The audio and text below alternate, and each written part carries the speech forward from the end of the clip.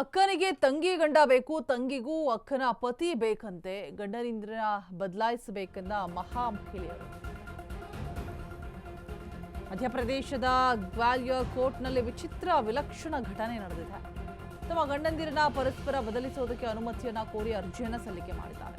ಮಹಿಳೆಯರ ವರಸೆಯನ್ನ ಕಂಡು ಬೇಸ್ತು ಬಿದ್ದಿದ್ದಾರೆ ನ್ಯಾಯಾಧೀಶರು.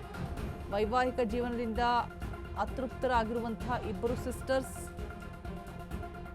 ಅಚ್ಚರಿ ಅಂದ್ರೆ ಈ ಎರಡೂ ಜೋಡಿಗಳಿಗೂ ಕೂಡ ಮಕ್ಕಳಿದ್ದಾರೆ. ತಂಗಿ ಗಂಡನ ಜೊತೆ ಅಕ್ಕ, ಅಕ್ಕನ ಗಂಡನ ಜೊತೆ ತಂಗಿ ಬದುಕು ಹೇಗೆ ಸಾಧ್ಯ ಅನ್ನುವಂಥದ್ದು ನ್ಯಾಯಾಧೀಶರೇ ಬೆಚ್ಚಿ ಬಿದ್ದಿದ್ದಾರೆ. ನೋಡಿ, ನಾದಿನಿ ಜೊತೆ ಅಕ್ರಮ ಸಂಬಂಧ ಹೊಂದಿದಂತಹ ಅಕ್ಕನ ಪತಿ ವಿಚಾರ ತಿಳಿದು ತಂಗಿಯ ಹಾದಿಯನ್ನೇ ತುಳಿದಂತಹ ಅಕ್ಕ ತಾನು ಕೂಡ ತಂಗಿ ಗಂಡನ ಜೊತೆ ಬದುಕ್ತೇನೆ ಅಂತ ಹೇಳ್ಬಿಟ್ಟು ಅಕ್ಕ ಅರ್ಜಿಯನ್ನ ಹಾಕಿರ್ತಾರೆ. ಸೊ ವಿಲಕ್ಷಣ ಆ ಕಥೆಯನ್ನ ಕೇಳಿ ಕೋರ್ಟ್ ಹಾಲ್ನಲ್ಲಿದ್ದಂತಹ ಎಲ್ಲರಿಗೂ ಕೂಡ ಅಚ್ಚರಿಯಾಗಿದೆ.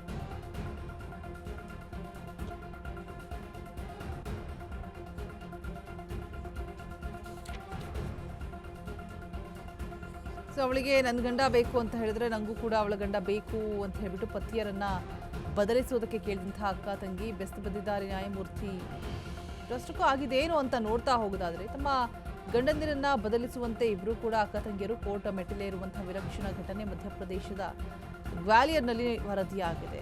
ಮಧ್ಯಪ್ರದೇಶದ ಗ್ವಾಲಿಯರ್ನಲ್ಲಿ ಇಬ್ಬರು ಸಹೋದರಿಯರು ತಮ್ಮ ಗಂಡಂದಿರನ್ನ ಪರಸ್ಪರ ಬದಲಾಯಿಸಿಕೊಳ್ಳೋದಕ್ಕೆ ಅನುಮತಿಯನ್ನ ಕೋರಿ ಮಧ್ಯಪ್ರದೇಶದ ಹೈಕೋರ್ಟ್ ಮೆಟ್ಲೇರಿದ್ದಾರೆ. ಇಬ್ಬರೂ ಸಹೋದರಿಯರು ಕೂಡ ತಮ್ಮ ಪ್ರಸ್ತುತ ವೈವಾಹಿಕ ಜೀವನದಿಂದ ಅತೃಪ್ತರಾಗಿದ್ದು ಪರಸ್ಪರ ತಮ್ಮ ಸಹೋದರಿಯ ಪತಿಯೊಂದಿಗೆ ವಾಸಿಸುವುದಕ್ಕೆ ಬಯಸ್ತಾ ಇದ್ದಾರಂತೆ. ಅಚ್ಚರಿ ಅಂತ ಹೇಳಿದ್ರೆ ಎರಡೂ ಜೋಡಿಗೂ ಕೂಡ ಮಕ್ಕಳಿದ್ದಾರೆ. ಅದಾಗ್ಯೂ ಕೂಡ ಅಕ್ಕ ತನ್ನ ತಂಗಿಯ ಗಂಡನೊಂದಿಗೆ ಜೀವನ ನಡೆಸುವುದಕ್ಕೆ ನಿರ್ಧಾರವನ್ನು ಮಾಡಿದ್ದಾರೆ. ತಂಗಿ ಕೂಡ ತನ್ನ ಅಕ್ಕನ ಗಂಡನೊಂದಿಗೆ ಬದುಕನ್ನು ಕಟ್ಟಿಕೊಳ್ಳೋದಕ್ಕೆ ಮುಂದಾಗಿರುವಂಥದ್ದು. ಸೊ ಸಹೋದರಿಯರ ಈ ವಿಲಕ್ಷಣ ಬೇಡಿಕೆ ಸುಧಾ ನ್ಯಾಯಮೂರ್ತಿಗಳನ್ನೇ ಬೆಸ್ಟ್ ಬೀಳ್ತಾ ಇದೆ. ಕೋರ್ಟ್ ಹಾಲ್ನಲ್ಲಿ ಎಲ್ಲರೂ ಕೂಡ ಶಾಕ್ ಆಗಿದ್ದಾರೆ. ಮೂಲಗಳ ಪ್ರಕಾರ ತನ್ನ ಸ್ವಂತ ತಂಗಿ ಜೊತೆ ಗಂಡ ಅಕ್ರಮ ಸಂಬಂಧವನ್ನ ಹೊಂದಿರ್ತಾರೆ. ಇದನ್ನು ಪ್ರಶ್ನಿಸುವ ಬದಲು ಅಕ್ಕ ತಾನು ಕೂಡ ತಂಗಿ ಗಂಡನ ಜೊತೆ ಬದುಕ್ತೀನಿ ಅಂತ ಹೇಳ್ಬಿಟ್ಟು ಕೋರ್ಟ್ನಲ್ಲಿ ಮನವಿ ಮಾಡಿದ್ದಾರೆ ಅಂತ ಹೇಳಲಾಗ್ತಾ ಇದೆ. ಅಕ್ಕನ ಮನವಿ ಕೇಳಿ ನ್ಯಾಯಮೂರ್ತಿಗಳು ಮತ್ತೆ ಕೋರ್ಟ್ ಹಾಲ್ನಲ್ಲಿದ್ದವರೆಲ್ಲರೂ ಕೂಡ ಅಚ್ಚರಿಗೊಳಗಾಗಿದ್ದಾರೆ.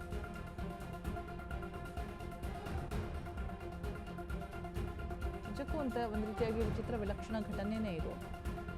ಅಕ್ರಮ ಸಂಬಂಧ ಹೊಂದಿದ್ದಾರೆ ಅಂತ ಗೊತ್ತಾದ ತಕ್ಷಣ ಅದನ್ನು ತಪ್ಪಿಸೋದಿಕ್ಕೋ ಅಥವಾ ಸರಿಪಡಿಸ್ಕೊಳ್ಳೋದಿಕ್ಕೋ, ಬಿಕಾಸ್ ಮಕ್ಕಳು ಕೂಡ ಇದ್ದಾರಂತೆ, ಮತ್ತಿನ್ನೇನೋ ಸೊಲ್ಯೂಷನನ್ನು ಕಂಡುಕೊಳ್ಳೋದಿಕ್ಕೋ ಮುಂದಾಗುವಂಥದ್ದನ್ನು ನಾವು ನೋಡಿರ್ತೀವಿ. ಬಟ್ ಇದು ನಿಜಕ್ಕೂ ಕೂಡ ಒಂದು ರೀತಿಯಾಗಿ ವಿಭಿನ್ನವಾಗಿದೆ, ವಿಲಕ್ಷಣವಾಗಿದೆ.